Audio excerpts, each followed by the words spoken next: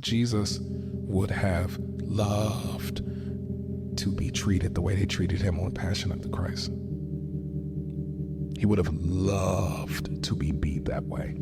It was such a cute depiction of what really happened. He would have ate that if it was just what we saw in that movie. And that was the best depiction we ever seen of Jesus's crucifixion. The crucifixions were worse than that. His intestines were hanging out. His entire rib cage was showing on both sides. His beard chunks were pulled out. His spine was opened up and exposed. The tissues and the muscles around his spine were exposed. He was beat butt naked. He was mutilated from his penis down. Isaiah chapter 11 says you could not tell whether he was man or woman. And he was naked. Romans didn't crucify you with a garment. You were naked.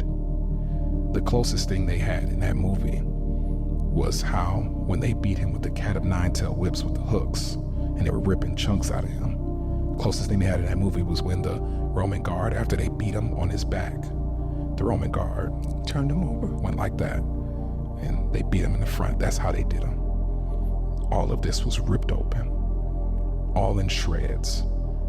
He had to carry a 200-pound, 300-pound cross, like how we squat in the gym. He had to carry that for some miles up a hill with his body open, all his blood gone, completely no energy, and he carries it for a long way. Shows you how strong Jesus was in his human body.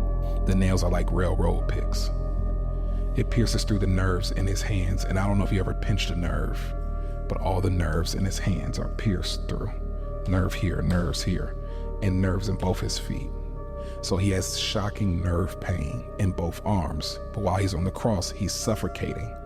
This is all in the medical examination of what happened to him, right? He's suffocating.